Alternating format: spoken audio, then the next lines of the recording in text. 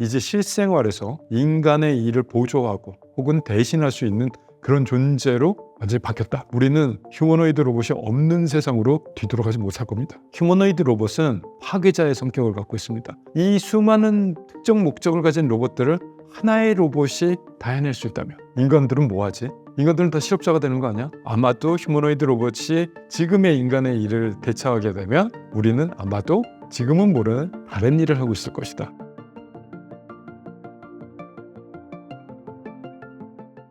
안녕하세요. 한양대학교 로봇공학과 교수 겸 주식회사 A로봇의 CTO를 맡고 있는 한재권이라고 합니다. 반갑습니다. 최근 테슬라의 위 로봇 행사가 있었습니다. 로봇 전문가로서 어떻게 보셨나요? 위 로봇 행사에 테슬라의 휴머노이드 로봇 옵티머스가 나온다라고 발표가 됐었습니다. 그래서 로봇 하시는 분들은 정말 손꼽아 기다렸고 그리고 모두가 다 생중계를 봤다고 저는 생각을 합니다. 그만큼 옵티머스가 지금 휴머노이드 로봇의 기술의 영역을 넓히고 있는 주인공이고 그래서 어떤 기술이 보여질까, 무슨 도전을 했을까, 어디까지 만들었을까 이게 너무나 큰 관심사였죠. 그런데 아니나 다를까 정말 많은 혁신적인 모습을 보여줬는데 로봇 하시는 분들은 되게 열광을 했어요. 우와 하면서. 그런데 막상 리뷰나 댓글이나 이런 거 보니까 완전히 이거 별로다라는 얘기가 많더라고요. 원격 조종을 했다부터 시작을 해서 저거 뒤에 사람이 있는 건데 그것밖에 못하냐 기타 등등. 근데 그런 면을 볼 수는 있습니다. 그런데 거기 뒤에 숨은 면을 보시는 게 중요한데 그런 숨은 면에 대해서 설명해 주시는 분들이 그렇게 많지는 않더라고요. 일단 로봇들이 사람들과 같이 어울려서 지내는 장면을 보신 적이 있나요? 많이 없을 겁니다. 영화 속에서야 너무 당연하게 벌어지는 일이니까 옵티머스 로봇이 군중들 속에 섞여 있는 모습이 그렇게 크게 이상하게 보이지 않는다라고 여기실 수 있어요. 하지만 그렇게 해본 적 없습니다, 우리. 그 수많은 로봇들이 그 수많은 사람들과 같은 공간에서 그냥 어울려서 있다? 이거 자체가 정말 기술적인 성취가 엄청난 일이에요. 일단 안전에 대한 얘기거든요. 안전해지기 위해서 기계들이 해야 될 일들이 정말 많아요. 기계는 사실 위험한 도구입니다. 그래서 그 위험한 도구를 안전하게 쓰기 위해서는 기술적으로 넘어야 될 장벽들이 정말 많은데 그걸 해낸 거예요. 그게 첫 번째 보셔야 될 관전 포인트. 그리고 원격 조종이라고 해서 좀 폄하하는 일이 있어요. 그런데 원격 조종도 쉬운 일이 아닙니다. 예를 들어서요. 원격 조종은 어떻게 하죠? 무언가 조이스틱을 하든 뭘 하든 HMD를 띄든 무언가 사람이 명령을 내려줘야 돼요. 실시간으로 계속. 그러면 그 명령은 무선으로 날아가죠. 즉 통신을 한다는 거예요. 통신이 실시간으로 이루어져야 되고요. 통신의 딜레이가 많으면 많을수록 원격 조종이 힘듭니다. 그리고 저희는 레이턴시라고 불러요. 그래서 레이턴시가 얼마나 작으냐에 따라 원격 조종이 가능하냐, 가능하지 않다로 구분이 되는데 휴머노이드 로봇은 조종해야 될 게 너무 많아요. 그냥 게임 같은 게 아니에요. 게임 캐릭터 몇 개 이렇게 움직이는 것 정도가 아닙니다. 손가락이 몇 개면, 관절이 몇 개면, 그 이동에 대한 그 데이터가 얼마나 많으며 이런 기타 등등 수많은 것들을 원격 조정을 하는데 레이턴시가 발생하면 안 됩니다. 그런데 해내고 있는 거예요. 그것도 한두 대의 로봇이 아니라 여기도 있고 저기도 있고 여러 로봇들이 무선의 인터피어런스 그러니까 간섭 없이 잘 이루어지고 있었죠.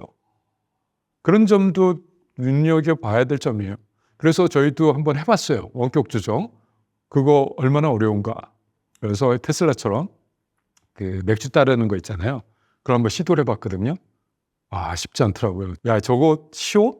어려워? 하면서 해본 거예요. HMD를 끼우고 사람이 HMD를 쓰고 이 조정이 얼마나 어려운지 한번 해봤는데 정말 어렵더라고요.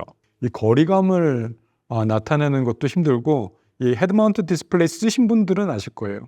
그 손가락에 아무런 디바이스 없이 그냥 인간의 손을 디텍팅하면서 이 로봇에 실시간으로 명령을 전달해 주는 것.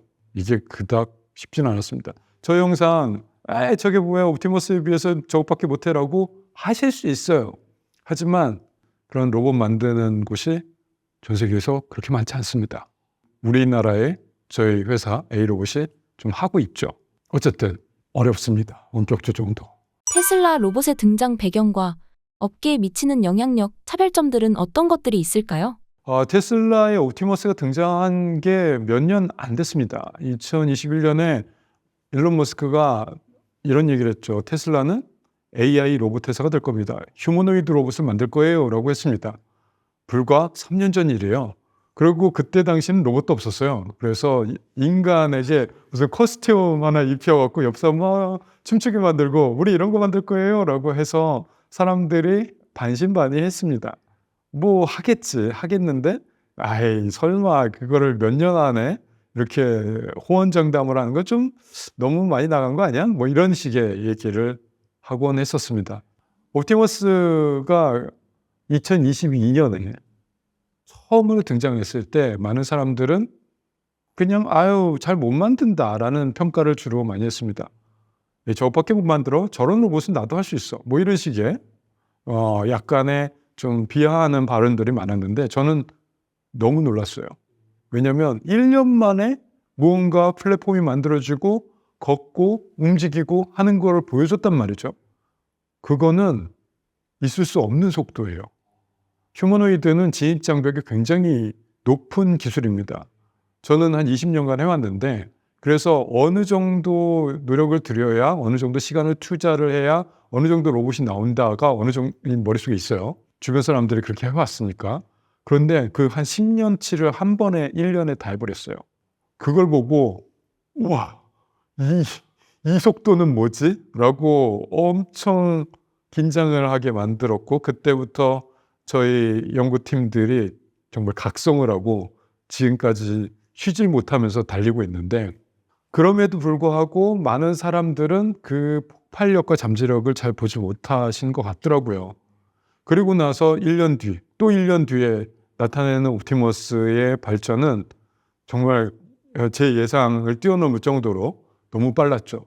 특히 어디가 빠르냐면 일하는 모습이요. 보통 휴머노이드 로봇은 걷고 뛰고 뭐 이런 운동 성능 보여주고 이런 게 전통적인 시연이었어요. 그런 전통적인 데모를 보여주면서 우리 잘 걷지, 우리 잘 만들었지 뭐 이런 자랑을 하는 일종의 기술의 향연이었다라고 하면은 일론 머스크가 지향하는 휴머노이드는 좀 결이 달라요. 일하겠다예요. 결국 테슬라의 자동차를 인간이 만들지 않겠다라는 목표를 세우고 휴머노이드 로봇이 필요하다. 그래서 옵티머스는 테슬라의 공장 안에 들어갈 것이다. 그러면서 공장 안에서 벌어지고 있는 인간들의 일, 이런 것들을 연습을 해요. 특히 그들이 자랑하는 기술 있죠. 자율주행. 자율주행 기술을 로봇에게 어떻게 적용하는지를 보여주고 있어요. 휴머노이드 로봇이 진정한 인간형 로봇이 되기 위해서 필요한 기술 중에 하나가 머리, 지식, 지능, 여기거든요. 인간이 무슨 말을 하더라도 그걸 그냥 잘 알아듣고 뭐같이 말해도 찰떡같이 알아듣고 저게 무슨 뜻이지? 라고 추론을 한 다음에 거기에 맞는 행동을 해서 인간에게 알맞는 서비스를 제공해 주는 것. 이게 중요하거든요. 근데 이거는 사실 불가능에 가까운 일이었어요. 왜냐하면 인간들이 너무 추상적으로 말해요. 예를 들어 이런 거예요. 여기 일로 와서 여기 있는 것 좀 저기다 갖다 주세요. 이런 식으로 얘기를 해요. 그러면 저기요 그랬을 때 그 저기요는 나를 말하는 건가? 그럼 여기 있는 건 뭐지? 저기로 갖다 주세요. 저기는 어디야? 이거 절대 알아둘 수 없는 말의 향연이거든요. 근데 다 해요. 다들 눈치 빠르게 인간들은 다 해요. 그렇죠. 그냥 내가 어떻게 했는지도 모르면서 그냥 합니다. 이런 걸 우리는 눈치라고 불러요. 그 눈치 빠르게 일하는 것은 불가능에 가깝다라고 생각을 했어요. 그런데 인간과 같이 일하려면 이렇게 눈치 빠르게 일을 해야 되는데 이 자율주행 기술을 여기에 접목시키는 거예요. 그러므로 인해서 옵티머스는 인간과 같이 일할 수 있는 기계가 돼가고 있어요. 그 부분이 중요합니다. 그래서 이제 휴머노이드 로봇이 그저 걷고 뛰고 하는 운동 성능을 보여주는 기술의 향연이 아니라 이제 실생활에서 인간의 일을 보조하고 혹은 대신할 수 있는 그런 존재로 완전히 바뀌었다. 그럼 패러다임의 전환을 만들어냈다. 이게 중요한 부분입니다. 그래서 옵티머스가 보여주고 있는 것들을 잘 보면은 데모 영상들을 잘 분석을 해보면 대부분 인간의 일들이에요. 여태까지는 시도하지 않았던 인간의 일들을 계속 시도하고 있습니다. 그리고 더 중요하고 무서운 거는 이 인공지능을 어떻게 쓸지를 우리에게 계속 자랑하고 있어요. 특히 데모 영상 중에 이런 게 나와요. 그 헤드마운트 디스플레이, VR 기기죠. 그거를 낀 사람들이 쫙 있는 모습을 보여줘요. 그런 장면이 살짝 스쳐가거든요. 수많은 사람들이 헤드마운트 디스플레이를 끼고 그냥 일을 해요. 그러면 그 일을 하는 모션을 로봇이 그대로 따라서 합니다. 이걸 보고 뭐 그냥 아바타인가? 뭐 그냥 인간 모양을 그냥 따라서 하는 그런 퍼포먼스를 보여주는 건가? 라고 하는데 절대 아니에요. 이건 뭐냐면 행동 데이터를 쌓고 있는 거예요. 인공지능에게 가장 중요한 거는 데이터입니다. 그렇죠? 좋은 데이터가 좋은 인공지능 모델을 만든다는 건 이제 상식처럼 다들 아나요? 그런데 인공지능을 보면 지금 LLM을 보면 챗GPT 같이 그런 초거대 인공지능의 데이터들은 뭐죠? 텍스트들이에요. 글들. 그런 글들은 인간들이 수천 년간 데이터를 만들어 왔어요. 책도 쓰고 문학작품도 만들고 각종 서적을 통해서 정말 많은 데이터를 만들어냈거든요. 그래서 양질의 풍부한 데이터가 많아요. 그런데 로봇은 움직이는 기계예요. 그 움직이려면 이걸 다 일일이 프로그래밍을 다 해갖고는 한 세월 걸려요. 절대로 끝까지 못 가요. 인간이 하는 일이 얼마나 많은데. 그래서 이거 인공지능을 바탕으로 로봇들이 자기 스스로 알맞는 행동을 판단해가면서 움직여야 되는데 데이터가 없다고요. 움직임의 데이터가 없어요. 인간들이 축적하지 않았어요. 그냥 움직이고 그냥 끝나요. 이건 어디다 기록하지 않았어요. 그럼 어떡하지? 데이터가 없는데 인공지능을 못 만드네? 라고 생각이 들잖아요. 그런데 테슬라는 그것을 어떻게 돌파를 하고 있느냐? 인간들에게 헤드마운트 디스플레이를 끼우고 움직이게 만들면서 그 움직임을 다 수집하고 있어요. 그걸 보여줘요. 한 2초 보여줬나? 싹 지나갔거든요. 거기서 소름이 막 드는 거죠. 저렇게 하는 거지. 맞아. 저렇게 데이터 쌓는 거야. 그래 놓고 인공지능 모델에다 막 던져보자. 그럼 어떤 일이 나타나는지 한번 보자. 라고 하는 거죠. 무섭지 않나요? 그거를 자율주행 기술을 잘 갖고 있는 테슬라가 하고 있다고요. 그러니까 완전 세상이 다른 차원으로 넘어가고 있는 거예요.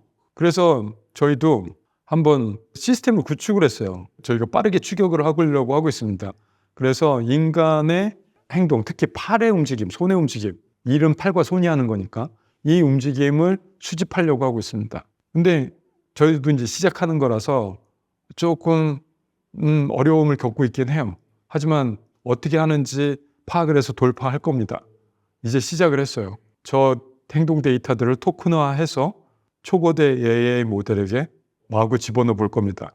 그랬을 때 로봇들이 진짜로 이런 상황에서는 적절한 행동을 하는지, 자기가 보이는 이런 상황 속에서 이 진짜 적절한 인간처럼 행동을 하는지를 한번 볼게요. 테슬라도 하고 있으니까 우리도 해야 됩니다. 이런 부분을 보실 수 있어야 돼요. 일론 머스크가 그리는 로봇 시대의 비전은 어떻게 될까요? 그 위 로봇 행사에서 저는 느꼈던 거는 뭐냐면 이 사람들이 꿈꾸는 그런 모습은 아이로봇에서 나왔던 그런 장면들 아닐까? 라는 겁니다. 이름 자체가, 행사 이름 자체가 위 로봇이었어요. 아이로봇은 영화 이름이 아이, 로봇이었습니다. 아이를 위로 바꾼 거죠. 저들이 원하는 모습이 저런 건가? 그러면서 그 일론 머스크가 보여주고 싶어 하는 그 장면들이 사실은 아이로봇 영화 속에서 보여줬던 그 장면들을 오마주하나 패러디하나 이런 장면들이 굉장히 많아요. 저들이 목표하는 거는 그 영화 속에서 나오는 그런 장면들이구나. 근데 그러면 그 아이로봇에서 그 써니라는 로봇이 무엇을 하는가? NS5 모델명. 이 로봇이 무엇을 하는가를 좀 볼 필요가 있는 거죠. 수많은 일을 합니다. 그리고 인간 곁에서 인간들의 노동력을 대신해 주는 장면들을 계속 보여줍니다. 특히 인간들이 하기 좀 꺼려하는 것들을 위주로 로봇들이 쫙 주변에서 일을 하고 있습니다. 그런 걸 보고 있는 것 같아요. 그런데 그런 세상으로 한 번에 갈 수는 없으니 일단은 작은 것부터 할 수 있는 것부터 한다. 그래서 공장을 갖고 있으니까 테슬라 자동차를 만드는 공장을 갖고 있으니까 공장에서 일하는 것부터 시작하겠다. 그래서 이 공장에서 이런 작업들을 다 할 수 있으면 그 다음에 펼쳐지는 세상은 공장 밖에서 펼쳐지는 세상은 우리 삶이죠. 거기까지 보고 있는 거 아닐까. 그렇게 되면 스마트폰의 위력을 뛰어넘는 디바이스를 만들어내는 거 아닐까 싶어요. 우리 스마트폰 없는 세상으로 되돌아가지 못합니다. 아무도 원치 않을 거예요. 그 스마트폰에 중독돼 있고 거기에 다 의존하고 있어요. 똑같은 일이 벌어질 것 같아요. 휴머노이드 로봇이 수많은 일을 우리 대신 수행해낸다면 우리는 휴머노이드 로봇이 없는 세상으로 뒤돌아가지 못할 겁니다. 그러면 스마트폰의 위치를 지금 테슬라가 노리고 있는 거 아닌가? 그래서 애플이 지금 시총 정말 많죠? 1등이다 이렇게 할게요. 1등의 위치를 휴머노이드 로봇으로 차지하겠다. 이런 거 아닐까라는 생각까지 갑니다. 주요 빅테크 기업들도 로봇 개발에 적극적으로 참여한 것으로 알고 있습니다.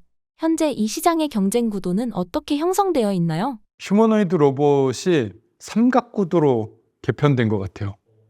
일단 정점에 테슬라가 있어요. 이들이 정말 빠르게 새로운 영역을 개척해 나가고 있어요. 그런데 그런 장면을 그냥 지켜보고 있지만은 않습니다. 다른 빅테크 기업들, 특히 마이크로소프트, 엔비디아, 인텔, 아마존 이런 우리가 아는 AI를 중심으로 하는 빅테크 기업들이 굉장히 긴장을 하고 있고 그래서 피규어 AI라는 회사에 전략적으로 투자를 많이 했습니다. 얼마 전에 시리즈 B 펀딩을 했었는데 675밀리언 달러였어요. 한국 돈으로 치자면 1조 원에 가까운 돈이 현금으로 그 회사에 투자가 됐습니다. 왜 그랬을까요? 무서운 거예요. 테슬라가 무서운 겁니다. 휴머노이드 로봇은 디스트럭터의 성격을 가지고 있어요. 파괴자의 성격을 갖고 있습니다. 파괴자라고 하면 기존의 왕좌를 가지고 있었던 그런 산업을 다 파괴시키고 그 왕좌의 위치를 새로운 사람들이, 새로운 기업이 차지하는 거예요. 그런 것을 우리는 파괴적 혁신이라고 불러요. 그런 파괴자의 성격을 가지고 있습니다. 그렇기 때문에 그러면 테슬라가 그런 파괴자 역할을 하게 된다면 파괴되는 사람도 있겠죠. 그럼 파괴되는 사람들이 지금의 최고의 위치를 누리고 있는 사람들이에요. 그 사람들이 긴장한 거예요. 그들이 모여서 피규어 AI라는 회사에 전략적인 투자를 했고 대항을 해달라는 거죠. 피규어 AI는 대항을 할 수 있을 것 같다라는 믿음이 다들 있었던 것 같아요. 워낙에 잘하는 분들이 거기에 많이 있어서 그리고 또 하나의 지원군이 붙었습니다. 오픈 AI. 챗GPT로 우리에게는 이제 많이 알려졌죠. 그 인공지능을 세계에서 제일 잘한다는 회사 오픈 AI가 피규어 AI와 딱 전략적인 제휴를 합니다. 그래서 그 오픈 AI의 생성형 인공지능이 휴머노이드 로봇에 어떻게 쓰여져야 되는가를 보여주고 있어요. 그래서 눈치 빠른 휴머노이드 로봇은 우리가 최고야 라는 것을 보여주고 있습니다. 그래서 이 로봇이 BMW 생산 공장에 들어갈 거예요. 그렇게 된다면 테슬라의 대항마로서는 손색이 없죠. 그리고 기술 발전 속도가 테슬라에 못지않게 빠릅니다. 근데 성격은 조금 달라요. 테슬라는 무언가 손과 팔에 집중하면서 일을 하는 이런 거에 집중을 했다면 피규어 AI는 아무래도 오픈 AI가 강력한 힘을 발휘해서 그런지 사람의 음성을 기반으로 말하는 것을 기반으로 적절한 임무를 잘 수행하는 이런 쪽으로 좀 특화돼서 가고 있어요. 결은 다른데 각자 빠르게 자신이 잘하는 것을 보여줌으로써 휴머노이드 로봇 전체의 영역은 좀 더 빠르게 성장하고 있는 거죠. 그리고 제가 보고 있는 세 번째 플레이어는 많은 사람들이 지금은 존재감을 잊고 있는 보스턴 다이내믹스입니다. 애칭으로 BD라고 불러요. 로봇 하시는 분들은 애칭까지 있을 정도로 그렇게 사랑을 받는 기업이죠. 왜냐하면 너무 잘했으니까. 근데 지금 BD 얘기하는 사람들이 별로 없어요. 그렇죠? BD가 덤블링하고 뭐 유격 훈련하고 그럴 때는 열광하던 사람들이 다 찾아보지도 않아요, 이제. 그런데 그럴 만한 이유가 있었던 거죠. 보스턴 다이내믹스의 존재감이 점차 사라졌던 이유는 그들의 장점이 한순간에 단점으로 바뀌어서 그래요. 보스턴 다이내믹스의 장점은 누가 뭐라 그래도 정말 넘사벽의 퍼포먼스, 넘사벽의 월등한 운동 성능, 이거였거든요. 근데 그런 운동 성능은 어디서 왔느냐 하면은 유압 제어에서 왔어요. 왜 포크레인이나 뭐 중장비들 보면 큰 힘을 낼 때 유압 실린더를 쓰잖아요. 유압 기름을 고온 고압으로 만들어서 이렇게 그 압력으로 밀어내는 거, 이 유압을 씁니다. 그런데 보스턴 다이내믹스가 잘했던 거는 그 유압 기술을 그 작은 로봇에 다 밀어 넣을 수 있었다라는 거예요. 그 설계 기술이었거든요. 그리고 유압을 제어하는 기술이었거든요. 아무도 그걸 흉내내지 못하고 있었고, 그런데 보스턴 다이내믹스는 실현을 했고, 그래서 유압으로 로봇이 작동하는 것을 보니까 이거 힘이 넘치는 거죠. 그 덤블링도 하고 막 뛰어다니고 이랬는데, 가장 큰 장점이었는데 테슬라의 옵티머스가 한 방에 그걸 단점으로 만들어 버렸어요. 일론 머스크가 뭐라고 그랬냐면요, 옵티머스 로봇 2만 불에 공급하겠다 그랬어요. 2만 불이면 3천만 원이 좀 안 되는 돈이에요. 근데 아직 그렇게 팔고 있지는 않습니다. 이게 목표 가격이에요. 지금 현재 판매 가격이 아니에요. 절대 오해하지 마세요. 어쨌든 2만 불에 판매하겠다라고 하니까 보스턴 다이내믹스의 장점이 한순간에 단점으로 보이더라고요. 왜냐하면 유압 제어는요, 비싸요. 만들기도 비싸고 사용하는 것도 위험하고 고온 고압의 유체를 다뤄야 되고, 그러다 보니까 보급성이 떨어져요. 특히 양산성, 보급성, 그래서 실생활에서 쓸 수 있는 그런 가능성, 이게 좀 낮았습니다. 그 약점을 파고든 거예요. 그러다 보니 테슬라의 로봇은 실제로 실생활에서 쓰일 로봇으로 보이는데 보스턴 다이내믹스의 로봇은 그냥 쇼하는 로봇으로만 보이는 거예요. 그러다 보니까 존재감이 사라져갑니다. 로봇의 시대가 쇼하는 시대에서 이제 실제로 사용하는 시대, 상업화의 시대로 넘어오는 분기점이었습니다. 보스턴 다이내믹스의 존재감이 약해졌다는 것은 이제 로봇이 상업화의 시대로 넘어왔다라고 읽어도 좋습니다. 그러다 보니 보스턴 다이내믹스가 가만히 있을 리가 없죠. 그렇죠? 그래서 얼마 전에 이런 선언을 했어요. 유압 안녕. 나 이제 유압 안 해. 우리도 안 할 거야. 우리도 전기 모터로 간다 하면서 전기 모터로 만든 로봇을 선보였습니다. 이름이 참 현대자동차스럽더라고요. 더 뉴 아틀라스. 아무튼 그 현대자동차의 자회사니까 현대자동차의 스타일에 걸맞는 이름을 지닌 새로운 아틀라스 로봇을 선보였고, 이 로봇이 완전히 전기 모터로만 구동이 되고, 그리고 운동 성능도 뛰어납니다. 그래서 이 보스턴 다이내믹스가 얼마나 뛰어난 퍼포먼스를 다시 한번 보여줄 수 있는지가 또 하나의 축이 됐어요. 보스턴 다이내믹스도 이제 양산에 신경을 쓴다는 얘기입니다. 가격 경쟁이 붙었다는 얘기입니다. 그래서 로봇을, 특히 인간형 로봇을 얼마나 싸게 잘 만드느냐에 대한 얘기가 이제 시작이 됐습니다. 진짜 상품화에 대한 경쟁이 붙은 거죠. 이렇게 세 가지 축으로 삼각축이 형성되면서 휴머노이드 로봇이 폭발적으로 발전해 나가고 있는 게 지금 형국이고, 여기를 중국이 바짝 쫓아가고 있어요. 중국은 정부가 드라이빙을 걸거든요. 어마어마한 투자를 합니다. 그래서 수많은 기업들이 탄생하고 있고 휴머노이드 로봇 퍼포먼스도 괜찮습니다. 그리고 가격이 어마어마하게 쌉니다.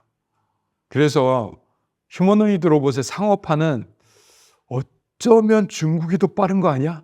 라는 생각이 들 정도로 정말 압도적인 가성비로 미국을 바짝 쫓아가고 있는 형국이 2024년도에 벌어졌습니다. 말씀해주신 주요 기업들은 각각 어떤 강점과 차별점들이 있을까요? 새 회사들의 성격이 다르기 때문에 전략도 달라 보입니다. 일단은 테슬라는 속도전이에요. 어떻게든 우리가 제일 빨리 간다. 그게 그들의 가장 큰 특징이고, 그리고 그걸 뒷받침해주는 자본을 뒤에 딱 갖추고 있어요. 자기네들의 어마어마한 자본을 가지고, 어마어마한 인력을 가지고, 그동안 쌓인 데이터를 가지고 누구보다도 빨리 저 고지를 점령한다. 그래서 빨리 쓴다예요. 자기네 공장에서 가장 빠르게 적용해 보겠다. 그래서 휴머노이드 로봇이 일하는 모습을 누구보다도 빨리 보여주겠다가 테슬라의 가장 기본 전략이 되는 것 같고요.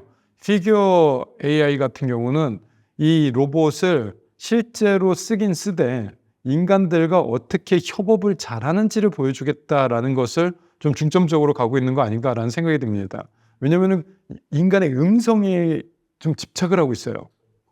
그렇다는 얘기는 인간이 음성으로 명령을 내렸을 때 그것을 바탕으로 일을 하겠다라는 느낌이 좀 들거든요. 어떻게 실현해낼지는 이제 지켜봐야 됩니다만 결국에는 인간과 어울려서 일하는 로봇의 모습, 이것을 보여주겠다라고 하고 있는 거로 지금 파악을 하고 있습니다. 그리고 보스턴 다이내믹스는 좀 봐야 될 것 같아요. 이제 모터라이징으로 전환한 지가 얼마 되지 않아서 조금 더 지켜봐야 될 것 같습니다. 로봇 산업에서의 핵심 경쟁력은 과연 무엇일까요? 네, 휴머노이드 로봇에 한정돼서 말씀드리자면 휴머노이드 로봇은 진입 장벽이 되게 높아요. 자잘한 노하우가 너무나 많이 필요한 영역입니다.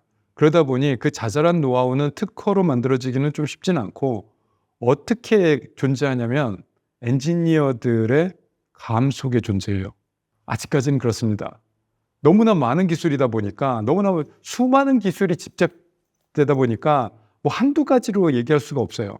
그래서 경험을 많이 가진 엔지니어들을 얼마나 많이 보유하고 있느냐, 이거 되게 중요합니다.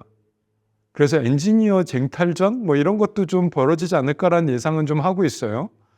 그렇게 경험의 산물이 지금 휴머노이드 로봇이고, 그리고 그 로봇들을 어떻게 하면 대량 생산할 수 있을까에 대한 그런 아이디어들, 그것이 좀 디테일하다면 디테일한 관전 포인트겠죠. 결국에는 싸게 잘 움직이는 로봇을 만드는 것을 초점을 딱 맞춰보면 그럼 그것을 누가 만들 것이냐? 어떻게 만들 것이냐? 여기를 봐야 돼요. 그러면 누가는 경험 많은 엔지니어들, 그리고 어떻게 하면 대량 생산을 할 수 있을까라는 생산공학적인 측면에서의 전략들, 이게 중요하다고 봅니다. 그렇게 보면은 뭐니 해도 테슬라가 굉장히 좋은 고지를 점유하고 있는 건 맞죠. 최근 로보월드라는 큰 행사가 있었던 것으로 알고 있습니다. 어떤 행사이고 어떤 기술이나 트렌드들이 이슈가 되었나요? 로보월드는 우리나라에서 열리는 로봇 전시들 중에 가장 큰 규모로 열리는 행사입니다. 그래서 로봇을 만드는 많은 기업들이 이 전시회에 자신들의 1년 농사가 어떻는지를 보여주는 이런 행사로 자리를 잡았어요. 그래서 저희 A로봇도 새로운 로봇, 앨리스 4세대 로봇을 이 행사에서 런칭을 했습니다. 그래서 많은 사람들이 주목을 해주셨는데 아무래도 휴머노이드 로봇이 많은 인기를 받고 있고 주목을 받고 있고, 그리고 앞으로 세상을 바꿔나갈 핵심 디바이스로 자리를 잡고 있어서 휴머노이드 로봇에 대한 관심이 정말 많아지는 것을 느낄 수 있었던 그런 행사였습니다. 그런데 아쉽게도 휴머노이드 로봇 중에 그 이족 보행으로 하는 그 옵티머스 같은 그런 휴머노이드 로봇을 만드는 회사는 저희밖에 없더라고요. 네, 우리나라에서 A로봇만이 그 옵티머스와 같은 그런 휴머노이드 로봇을 선보였고, 그래서 상당히 사명감을 가지고 전시에 임하게 됐습니다. 그리고 저희 앨리스 4세대 로봇을 공개를 했는데 3세대하고 완전히 다른 형식의 테슬라의 옵티머스를 빠르게 추격하는 모습을 이번에 좀 보여줬습니다. 테슬라가 특이하게 구동 방식, 구동기를 리니어 액추에이터를 써요. 이렇게 피스톤처럼 이렇게 늘어났다 줄어들었다 하는 직선으로 움직이는 액추에이터를 씁니다. 테슬라만 그래요. 그래서 저희도 도전했습니다. 그래서 이번에 성공을 했어요. 저 발목 움직이는 걸 보면은 리니어 액추에이터 2개를 가지고 조합을 통해서 이렇게 부드럽게 많은 운동을 만들어내는 거예요. 근데 이제 저희도 하는 거죠. 성공한 지 이제 얼마 안 됐으니까 좀 계속 지켜봐 주세요. 근데 어쨌든 테슬라가 하는 방향으로 저희는 빠르게 추격할 겁니다. 그래서 지금 테슬라만 하고 있는 기술들을 우리 작지만 대한민국의 A로봇이라는 스타트업이 따라가고 있다라는 것을 보여줄 수 있는 그런 행사였어요. 그래서 이 로봇이 앞으로 옵티머스처럼 사람들, 군중들 속에서 안전하게 걷고 일하고 하는 모습을 좀 보여드리고 싶습니다. 그리고 이번 2024년 들어가서 가장 로보틱스에 있어서 특별함이다라고 하면은 AI였어요.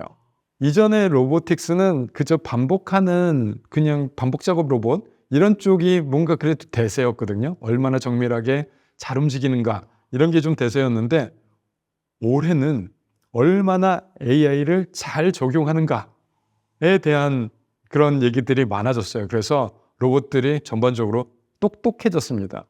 그냥 산업용 로봇이라고 해도 제조용 로봇이라고 해도 그냥 반복적인 일을 하기보다는 사람들과 상호작용을 하면서 사람들과 같이 일하는 모습들 이런 것도 보여주고 특히 이제 배송 로봇 같은 것이 이제 우리 일상에 들어오겠다라는 시그널을 많이 줬습니다. 배송을 하는 로봇 회사들이 정말 많아졌더라고요. 그래서 우리가 이제 물건을 주고받고 배달시키고 하는 것들을 로봇으로 할 수 있는 시대가 가까이 오고 있다라는 걸 또 많이 느낄 수 있었어요. 최근 로봇에 대한 관심과 투자가 많이 늘어나고 있는 것으로 보입니다. 현장에서도 많이 느껴지시나요? 네, 많이 느낍니다. 예전에는 관람객들이 일반 관람객들만 있는 거 아니야? 라는 느낌을 받았던 그런 전시였어요. 저도 로봇을 꾸준히 나가고 있는데 그래서 어떻게 하면 일반 관람객들에게 뭐 재밌게 할까, 재밌게 보여줄까 뭐 이런 아이디어를 짜는 것도 상당히 재밌고 뭐 그랬습니다만 이제는 조금 달라졌어요. 왜냐하면 투자자들이 많이 옵니다. 그리고 기관에서 많이 옵니다. 그래서 일반 관람객 분들도 많이 있지만 그럼 투자자분들이 어떤 면을 보고 싶어 할까 이런 기획을 하는 그런 회사들이 많아졌더라고요. 그래서 일반 관람객 분들은 오면은 재미없어 라고 할 수 있을지언정 투자자분들이 보기에는 저런 기술로 저런 시장을 노리고 있어? 괜찮은데? 이런 장면들을 보는 그런 부스들이 꽤 많아졌던 게 이번 로봇월드의 좀 특징이었어요. 그렇다는 얘기는 투자도 굉장히 많이 벌어지고 있는 것 같다라고 추측해 볼 수 있겠죠. 교수님께서도 A로봇이란 회사를 운영하고 계신데요. 집중하고 있는 핵심 기술이나 목표는 무엇인가요? 우리나라가 전통적으로 해왔던 전략을 한번 다시 써보려고 하고 있습니다. Fast Follow. 그래서 지금은 뒤졌다라는 걸 인정을 하고 빠르게 추격해 보겠다라고 생각을 하고 있고 저들이 보여주는 거 우리도 해볼게 라는 것을 모토로 삼고 있습니다. 뭐 카피 아니야? 라고 말할 수 있습니다. 하지만 모방은 창조의 어머니다 라고 생각을 하고 지금은 우리가 겸손하게 쫓아가야 될 때다. 지금 보여주는 데모는 그 피규어 AI가 물건을 골라서 사람에게 건네주는 그런 데모를 한 거 있어요. 음성을 바탕으로. 그리고 사람이 뭐 좀 줄래? 그러면 그 명령을 수행하는. 그런데 그 명령이 구체적으로 딱 적어줘라고 한 게 아니라 그냥 비슷한 거. 그 피규어가 보여준 데모는 테이블에 여러 물건들이 있는데 나 먹을 거 좀 줄래? 그랬더니 사과를 딱 집어주는 거. 그런 데모였거든요. 추론을 바탕으로 한 행동까지 연결되는 기술. 저희도 그걸 이제 해보고 있는 거죠. 그래서 뭐 여러 가지 종류의 사탕을 넣고 나 무슨 맛 사탕 줘. 그러면 잠깐만 지금 레몬 맛 사탕을 달라 그랬으니까 레몬은 노란 거랑 비슷하네? 그래서 노란 거 퍼서 주는 이런 데모를 이번에 로봇월드에서 선보였어요. 이게 패스트 팔로우라고 저는 생각을 해요. 저들이 했던 것을 우리도 한다. 그러면서 우리가 깨달아가면서 이건 이렇게 하는 거구나 라고 하면서 기술을 완성시킨다. 그리고 무엇보다도 싸게 만든다. 그래서 지금 보여줬던 테슬라의 옵티머스가 하는 방식의 리니어 액추에이터 구동 방식, 그 구동기를 저희가 직접 만들었습니다. 드라이버도 저희가 다 만들어요. 그래야지 생산 경쟁력이 갖춰지고, 그래야지 원가 경쟁력까지 갖춰줄 수 있고, 그래야지 중국의 그 가격 경쟁력을 맞출 수 있는 비빌 무언가라도 생긴다라고 생각을 하고 있고, 좀 어려운 길이지만 차근차근 내재화해서 가격 경쟁력을 확보한다. 이거 안 되면은 말짱 할 겁니다. 모래 위에 성 짓는 거랑 똑같습니다. 저는 그렇게 생각하고요. 그래서 안 된다라고 생각하면 못하는 거고, 된다고 생각하고 도전하면 길이 열릴 것이다 라고 생각을 하고 있습니다. 이게 스타트업이 가져야 될 마음가짐 아닌가라는 생각을 하고 있습니다. 휴머노이드 로봇이 스마트폰처럼 대중적인 혁신을 일으킬 수 있을까요? 휴머노이드 로봇이 갖고 있는 파괴자의 성질은 사실은 스마트폰과 비슷합니다. 뭐냐면 하나의 디바이스가 수많은 일을 해낼 수 있는 능력자라는 거예요. 그 부분이 되게 중요합니다. 스티브 잡스는 이걸 융합이라고, 컨버전스라고 얘기하면서 이 융합의 힘에 대해서 계속 웅변을 했어요. 아이폰이 세상을 바꿀 수 있었던 것은 mp3 플레이어, 사진기, 전화기, 심지어 인터넷, 수많은 디바이스들을 하나로 모았기 때문입니다 라고 얘기를 한 거거든요. 그러면 그 이종 기기가 하나의 디바이스에서 뭉쳤을 때 만들어지는 새로운 산업들을 본 거예요. 카메라하고 인터넷하고 합쳤더니 SNS가 되네요. 그리고 그 찍을 수 있는 능력, 비디오를 찍을 수 있는 능력과 이것을 인터넷에 올릴 수 있는 능력을 그냥 그 하나의 디바이스에서 하게 만들었더니 1인 크리에이터들이 나오기 시작하네요. 새로운 산업의 등장은 이런 이종 기기들이 합쳐졌을 때 나온다라는 것을 스티브 잡스는 알고 있었고, 그 힘에 대해서 계속 얘기를 하면서 아이폰을 만들어냈던 거예요. 로봇도 마찬가지입니다. 지금 사람들이 상당히 없어요. 일할 사람들이 점점 줄어들 겁니다. 우리는 인구 절벽의 시대를 이제 보게 될 거예요. 그러면 일할 사람들이 부족하게 되면 어떤 현상을 보게 되느냐? 이제 로봇을 찾게 될 거예요. 지금도 배송하는 사람들 구하기가 너무 힘들어. 로봇으로 배송할까? 이런 생각을 하고, 치킨집을 운영하고 싶은데 구인 공고를 내도 아르바이트 하는 분들이 안 오셔. 어떡하지? 치킨 튀기는 거 로봇 팔로 해볼까? 이런 식으로 생각이 돌아가는 거거든요. 그래서 어떤 특정한 목적을 지닌 로봇들을 계속 만들어내고 있고, 그것들이 상업성이 있을 때 새로운 산업이 되고 있습니다. 새로운 플레이어들도 등장하고 있고, 새로운 산업들, 그리고 새로운 영웅들까지 나타나고 있습니다. 그런데 이 로봇들은 하나의 목적을 가진 로봇들이에요. 그런데 만약에 스마트폰이 mp3 플레이어와 전화기와 인터넷, 사진기 이런 걸 다 뭉쳤듯이 이 수많은 특정 목적을 가진 로봇들을 하나의 로봇이 다 해낼 수 있다면, 그때는 스마트폰과 똑같은 일이 벌어지는 겁니다. 그래서 이 많은 일들을 해낼 수 있는 로봇은 누군가, 어떤 형태인가를 보면 휴머노이드 로봇이에요. 인간형 로봇은 하나의 목적을 수행하기 위해서 만드는 것이 아닙니다. 인간이 하는 수많은 일을 수행하기 위해서 만드는 로봇이고, 인간형으로 만들려고 만든 게 아니라 수많은 일을 하려면 어떻게 해야 되지라고 고민을 했을 때 인간처럼 만들어버리면 그 많은 일들이 다 잘 되니까, 이 수많은 도구들과 수많은 환경들이 인간의 몸에 맞춰졌기 때문에 로봇을 인간처럼, 인간 현상처럼 만들어버리면 이걸 다 이용하고 잘 쓸 수 있게 되는 이런 아이러니한 현상이 벌어지니까 인간형 로봇을 만드는 겁니다. 그래서 휴머노이드 로봇, 인간형 로봇이 지향하는 바는 수많은 일을 해낸다예요. 그래서 파괴자라고 부르는 겁니다. 그래서 아이폰과 같은 성격을 가지고 있다라고 얘기를 하는 겁니다. 그 지점을 일론 머스크는 본 것이고요. 그래서 지금 뛰고 있는 겁니다. 그런데 이게 가능하려면 수많은 일을 다 프로그래밍하는 게 아니라 로봇이 스스로 해내야지 되는데 그 수십, 수백, 수천, 수만 가지의 일을 인간이 그 프로그래머가 다 코딩할 수 있는 그런 상황은 될 수가 없는데 그래서 안 된다라고 생각을 한 건데 생성형 AI가 그 길을 열어줬어요. 이런 것들을 다 그냥 경험하면 되는 거야? 이런 것들을 그냥 데이터로 그냥 다 넣어주면 되는 거야? 그래? 그럼 네가 할 수 있어? 해봐. 되네? 같은 거거든요. 그러면 인간들이 다 프로그래밍을 하는 게 아니라 그냥 로봇이 경험하게 해주면 되는 거네. 그러면은 그 수많은 일들을 로봇이 스스로 해낼 수 있겠구나. 드디어 휴머노이드 로봇이 가능성이 보이는구나. 그 지점이 2020년대였고요. 그 가능성이 보이자마자 테슬라가 뛰기 시작한 거죠. 그래서 휴머노이드 로봇이 만들어갈 세상은 정확히는 인간 노동력이 부족한 곳입니다.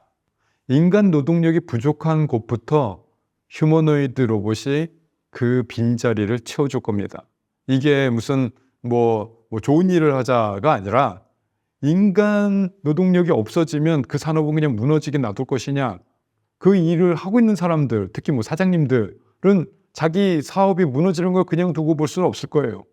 그럼 일하는 사람들이 없는데 어떻게 합니까? 그럼 이거 할 수 있는 로봇을 데리고 와야 되는데 그런 특정한 목적을 가진 로봇이 만들어지느냐? 안 만들어져 있겠죠.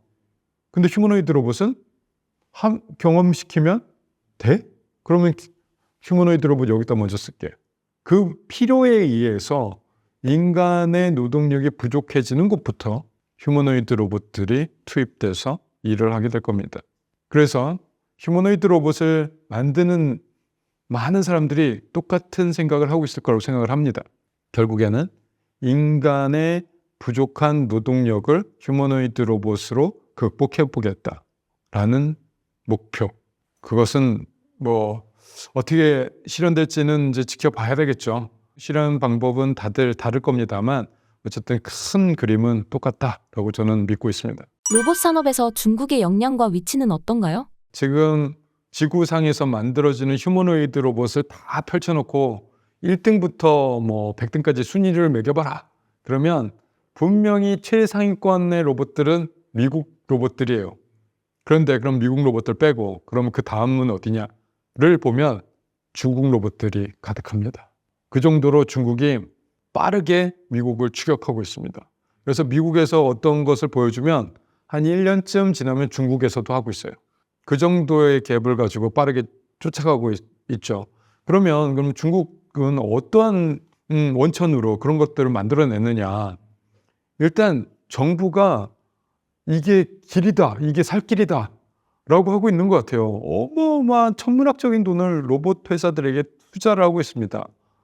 그래서 로봇 만들 때 어떤 기기가 필요해? 그럼 정부가 마련해주고 로봇 만들어서 어디다 쓸 거야? 정부가 써주고 그렇게 계속 공급과 수요를 계속 창출하면서 정부가 드라이빙을 걸고 있어요. 그랬더니 그 정부 정책에 맞춰서 로봇들을 만들어낼 수 있는 기업들이 우후죽순 막 생겨나고 있습니다. 얼마 전에 여름에 북경에서 WRC라고 중국에서는 가장 큰 로봇 전시회가 열렸었어요. 우리나라의 로봇월드 같은 거죠. 한번 가봤습니다. 얼마나 잘 만들었나 했더니 휴머노이드 로봇 하는 회사만 거의 30개예요. 저희 A 로봇 같은 회사가 30개가 있더라고요. 끝도 없이 펼쳐져 있어요. 우와, 이거 뭐야 이게 어떡하지? 라는 생각이 너무 네 가슴을 이렇게 답답하게 만들더라고요.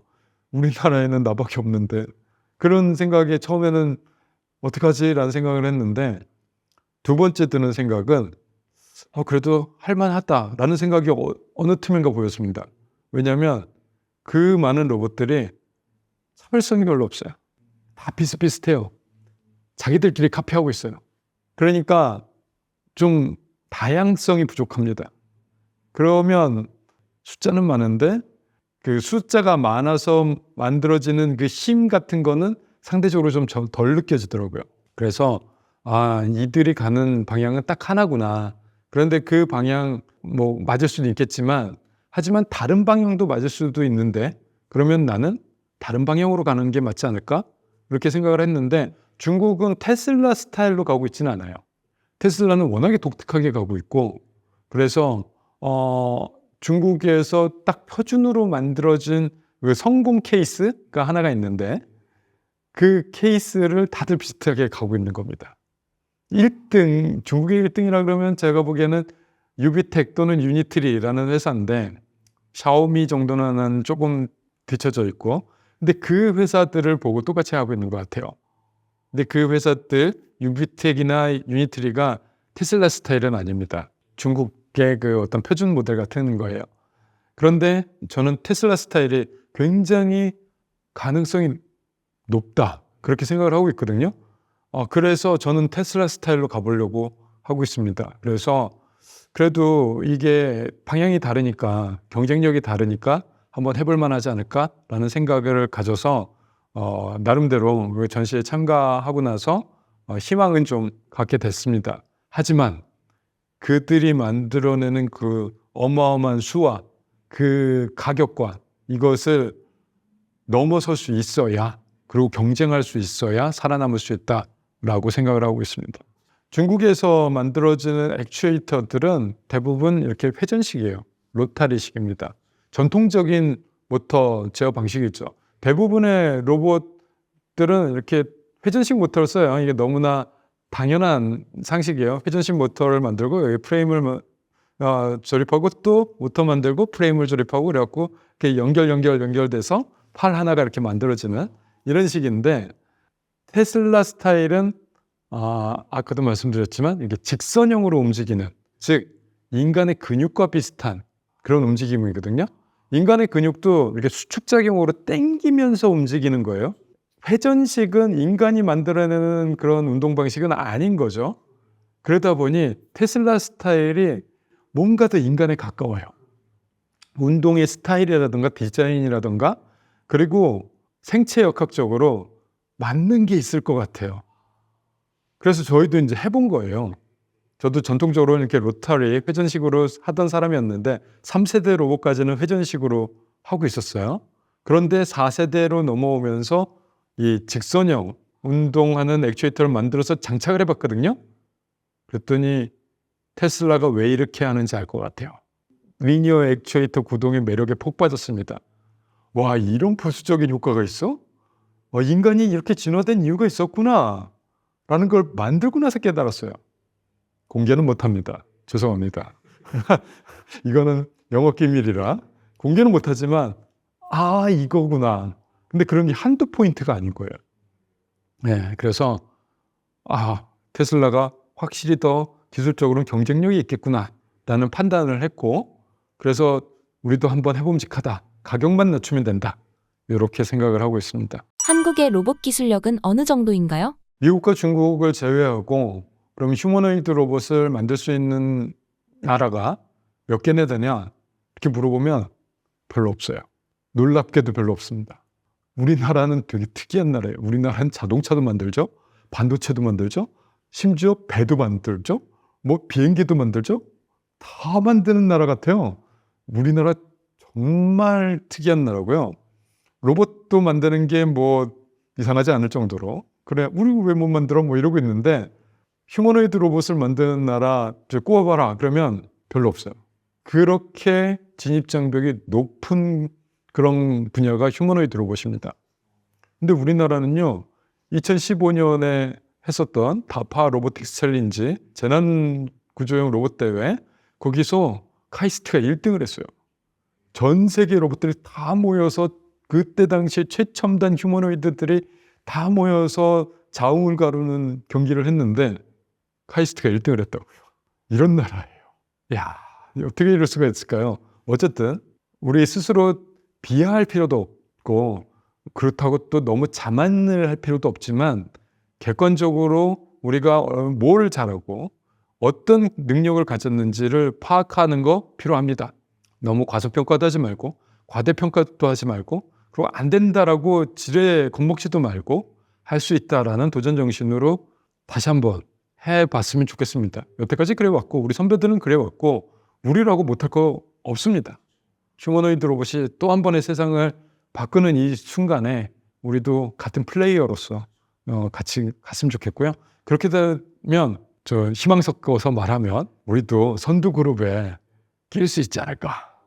그래서 지금은 A로봇이 열심히 하고 있는데 저희 혼자로는 부족합니다. 택도 없고요. 많이 같이 좀 해줬으면 좋겠습니다. 저와 경쟁도 해주고 다 같이 서로 고민도 나누면서 그렇게 같이 생태계를 좀 키워나갔으면 하는 바람입니다. 한국의 로봇 산업을 키우기 위해 정부는 어떤 역할을 해줘야 할까요? 정부의 역할은 정말 중요하죠. 미국 같은 경우는 워낙에 개인 기업들, 글로벌 탑티어 기업들이 드라이빙을 하는 전통적인 그런 곳이라 미국 정부가 그렇게 하는 역할은 그렇게 많이 보이진 않아요. 근데 거기랑 비교하면 또 경제 규모도 그렇고 우리가 그 민간 기업 하나가 거의 정부의 역할을 할 정도의 그런 곳과 그냥 같은 선상에 두고 비교할 수는 없고요. 우리는 정부든 기업이든 투자자든 모든 역량을 다 있는 대로 다 끌어모아서 해야 겨우 이제 뭔가 경기를 해볼 만한 그런 게임이 될 만한 이런 정도라고 저는 생각을 해서 정부 역할 굉장히 중요합니다. 근데 정부가 해줘야 할 일은 리더십을 발휘해 주는 거죠. 사실 기업은 자신의 업에서 이득이 나야지만 움직일 수 있어요. 그래서 기업이 할 수 있는 것은 딱 정해져 있어요. 한계가 있습니다. 수익이 날 수 있는 것 이런 것들을 해야 되고요. 그리고 학계가 할 수 있는 거, 연구하는 사람들이 할 수 있는 거는 약간 상업성하고 좀 멀어도 해야만 하는 것들이 있어요. 이거는 학술적으로 가치가 있어. 그럼 해야 됩니다. 그러다 보니까 뭔가 이 성격이 달라서 뭔가 뭉쳐지기가 쉽지 않아요. 이런 우리가 갖고 있는 자원들을 다 끌어모아서 뭉쳐서 한 대 끌고 나가주는 사람. 목표는 저기야. 다 같이 저기로 가자라는 그런 목표를 제시하고 거기까지 가기 위해서 필요한 마중물들을 제공하고 유인해주고 그리고 뭔가 거리를 만들어내주는 이런 역할들. 이건 정부가 해야 됩니다. 그것을 우리는 통칭해서 리더십이라고 부르죠. 근데 그 리더십을 발휘를 해주고 계시나? 아쉬운 면이 없지 않아 있죠. 정부에서도 이런 리더십이 필요하다라는 얘기를 하는 분이 계시더라고요. 그래서 그러면 이제 좀 희망을 좀 품어볼까? 내년에는 뭔가 리더십 있는 그런 모습을 볼 수 있지 않을까라는 기대를 그래도 해봅니다. 해야 되는 거죠. 그리고 못한다고 너 못해 그럴 수는 없잖아요. 할 수 있습니다. 서로 격려하면서 이런 거 해주세요라고 요청하면서 이렇게 하나의 원팀이 되는 뭐 이렇게 네 편 내 편 나누지 말고 지금 상황이 그럴 때가 아니다. 전쟁 상황인데 우리 다 같이 한 팀이 되자. 뭐 이런 상황이 지금 펼쳐진 거 아닌가. 그래서 리더십을 발휘해 줬으면 좋겠다라고 생각합니다. 만약 로봇이 결국 인간의 노동력을 대부분 대체하게 된다면 어떤 일이 벌어질까요? 로봇이 끝간데 없이 발전하면 인간의 일들을 다 수행해낼 수 있으면 인간들은 뭐 하지? 인간들은 다 실업자가 되는 거 아니야? 이거 그럼 나는 뭘로 밥 벌어먹고 살지? 내가 하고 있는 일 로봇이 하면은 나는 큰일 났네? 이런 두려움 당연합니다. 그런데 두 가지 말씀을 드리고 싶어요. 일단은 현실을 보면 배부른 소리다. 지금 저기 산업 현장 한번 저기 가면요. 사람이 없어. 일할 사람이 없어갖고 난리도 아닙니다. 제발 돈 줄 테니 오세요. 라고 하고 있는 상황이에요. 지금도. 그런데 생산 가능성 인구는 이제 급격하게 떨어질 겁니다. 2025년부터 우리 사회는 이제 급전직하예요. 이제 더 심해지는 거예요. 아무리 공인공고를 내고 그래도 안 오고 그래서 연봉을 올려갖고 사람을 모셔갖고 일을 하면은 수익이 안 나고 이런 상황이 벌어진다고요. 산업이 유지가 안 돼요. 배부른 소리 하는 거다. 지금 우리가 그런 배부른 소리 할 때가 아니다. 로봇 만들어서 사람 부족한데 지금 로봇이 들어가야 된다. 급하다라는 거 하나. 그러면 좋아. 그러면은 급한 불은 껐다고 치자고요. 그래갖고 이제 지금 산업이 무너지는 걸 어떻게든 막았어요. 그래서 로봇들은 사람들이 하기 좀 힘들고 어렵고 위험하고 이런 일들 위주로 좀 하고 사람들은 좀 더 인간들이 하기 좀 수월한 일들을 하는 이런 분업 체계가 잘 만들어졌다고 칩시다. 그래서 이상적인 상황이 벌어질 거라고 하더라도 그러다가도 이게 로봇은 계속 만들어지고 그러다 보면 어느 틈인가는 시간이 더 흐르면 인간의 일을 다 차지해버리는 거 아니야? 라고 생각할 수도 있겠죠. 그럴 때는 어떻게 할 건데? 그렇게 되면은 이런 얘기를 하고 싶어요. 인간의 능력을 너무 한정지어서 보지 말아달라는 거죠. 인간의 능력은 계속 바뀌어왔어요. 뭐 100년 전의 사람들이 지금 보면은 완전히 다른 사람들이에요. 뭐 100년이 뭐예요? 50년 전으로 가볼까요? 50년 전만 하더라도 지금 우리가 펼쳐지고 있는 이런 인간의 일들, 인간의 직업들은 존재하지 않았어요. 그 50년 전의 사람들은 지금 우리가 살고 있는 이 사회를 상상도 못했다고요. 그런 게 인간의 역사입니다. 우리는 능력을 계속 업그레이드해요. 어떻게 업그레이드 하느냐? 새로운 기기가 탄생하면 그 새로운 기기를 이용함으로써 다른 능력을 만들어내는 게 인간들이에요. 그래서 인간은 한정지어서 일을 하는 존재가 아니다. 어떤 새로운 기기가 나오면 그 기기에 자기의 지금 현재의 일을 넘겨버리고 그 상황을 이용해서 새로운 직업을 만들어내고 있다. 그래서 지금 상상하지 못해서 모를 뿐이지 아마도 휴머노이드 로봇이 지금의 인간의 일을 대체하게 되면 우리는 아마도 지금은 모르는 다른 일을 하고 있을 것이다 라고 생각합니다. 그래서 로봇을 어떻게 쓸까가 진짜 중요해요. 그리고 그 로봇을 지금 있는 이 일에 투입을 하게 되면 그때 나는 뭘 할까? 요거 생각하는 사람들이 세상을 리딩하는 사람들입니다. 그렇게 디바이스가 나오면 새로운 생각을 가지고 그 디바이스를 이용하는 사람들, 그 사람들이 새로운 직업을 만들고 새로운 산업을 만들고 새로운 세상의 리더가 되는 사람들이에요. 로봇이 나왔다고 저 로봇이 내 일을 하면 어떡하지? 라고 생각하기보다 저 로봇에게 내 일을 건네주고 나는 그걸 이용해서 뭘 하지? 라고 한 단계 더 생각하는 사람들, 이 사람들이 세상을 바꿀 겁니다. 그게 당신이 될 수도 있습니다. 로봇과 함께하는 삶을 떠올리면 아직 막연한 느낌인데요. 과연 언제쯤 그런 일이 일어날까요? 일단은 2020년대 말에는 어떤 산업 현장에서 옵티머스 같은 휴머노이드 로봇이 무언가 인간의 일을 대체하는 모습을 보실 거예요. 그게 어떤 특정한 공간, 특정한 공장, 테슬라의 자동차 조립 공장 같은 그런 공장일 겁니다만 인간형 로봇이 드디어 부가가치를 창출하는 모습들을 보실 겁니다.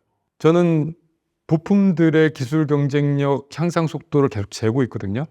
로봇은 수많은 부품들의 조립품이기 때문에 부품들이 어떻게 잘 만들어지느냐가 로봇의 성능을 좌우하고 있고 그래서 그런 핵심 부품들의 발전 속도를 재고 있는데 되게 빨라요. 기하급수적으로 빨라지고 있어요. 그래서 저는 2028년 찍었습니다. 2028년에 분명히 산업 현장에서 일을 할 수 있는 능력이 되는 로봇이 나올 수밖에 없다라고 보고 있어요. 우리 실생활은 아닐 거예요. 우리 가정이나 우리 볼 수 있는 이런 현장은 아닐 겁니다. 하지만 2020년대 후반에는 휴머노이드 로봇들이 쓰여진다라는 사실은 맞을 것 같아요. 제 예측에. 그리고 나서 거기가 시작이죠. 공장에서, 산업 현장에서 로봇들이 하나 둘씩 쓰여지기 시작하면서 가랑비에 옷 젖듯이 이런 일 저런 일 하나 둘씩 섭렵해 나갈 겁니다. 그게 이것도 돼? 그럼 다음 거. 그것도 돼? 그럼 다음 거. 이게 넓어지자 보면 언젠가는 산업 현장에서 나오는 날이 나오겠죠. 그 날은 아마도 2030년대이겠죠. 그런데 늦어도 2030년대 중반쯤 되면 로봇들이 이렇게 휴머노이드 로봇들이 우리 주변에서 어딘가에서 쓰여지는 모습, 이거 볼 가능성이 높습니다. 그때가 타이밍입니다. 그때 저 로봇들을 잘 쓰는 사람들과 그냥 지켜보고 있는 사람들과로 나누어질 겁니다. 스마트폰이 나왔을 때 그냥 스마트폰을 쓰는 사람들과 스마트폰에 그 앱을 만들어서 새로운 사업을 했던 사람들은 나뉘어졌어요. 그러니까 카톡도 나왔죠. 그러니까 그 팀앱도 나왔죠. 그런 세상을 바꾸는 기술들은 사실은 디바이스 자체가 아니라 디바이스를 이용하는 사람들에게서 나와요. 스마트폰 자체가 세상을 바꾼 게 아니라 스마트폰에 앱을 만든 사람들에 의해서 세상이 바뀐 겁니다. 그래서 2030년대에 여러분들이 휴머노이드 로봇은 어떻게 쓰는가에 따라서 인생이 바뀔 수도 있다는 거. 그거는 지금부터 상상력을 발휘해주고 기술을 잘 이해하고 그리고 그 서비스가 과연 가능한 서비스인가 아닌가를 면밀하게 고민해주고 그 무엇보다도 그 업에 종사하는 사람들이 내 일자리에서는 어디서 휴머노이드 로봇이 쓰여지는 게 좋겠는가를 정말 심도 있게 고민하는 사람들이 이 세상을 리딩해 나갈 거다라고 보고 있습니다. 저는 그저 플랫폼 만드는 사람입니다. 저는 아이폰 만드는 회사, 갤럭시 만드는 회사가 되고 싶은 거지 이 세상을 바꾸는 앱을 만든 회사가 저의 목표는 아니에요. 제가 로봇을 만들면 그 로봇을 써주시는 수많은 분들이 세상을 바꿀 거라고 보고 있습니다. 신사임당 시청자분들을 위한 한마디 부탁드립니다. 인간형 로봇, 휴머노이드 로봇이 어떤 미래를 만들지는 아직 모릅니다. 유토피아가 될 수도 있고 디스토피아가 될 수도 있습니다. 하지만 그 둘 다 아닐 가능성이 전 제일 높다고 봅니다. 그 중간 어딘가. 그래서 인간이 새로운 산업을 일으키고 새로운 사회를 만들어 나갈 때 그때 그 주역이 될 사람들은 아직 정해지지 않았습니다. 이제부터 정해질 겁니다. 그래서 내가 내 일을 어떻게 로봇으로 혁신해 나갈 것인가를 생각하는 사람들, 그런 사람이 되주시기를 부탁합니다. 감사합니다.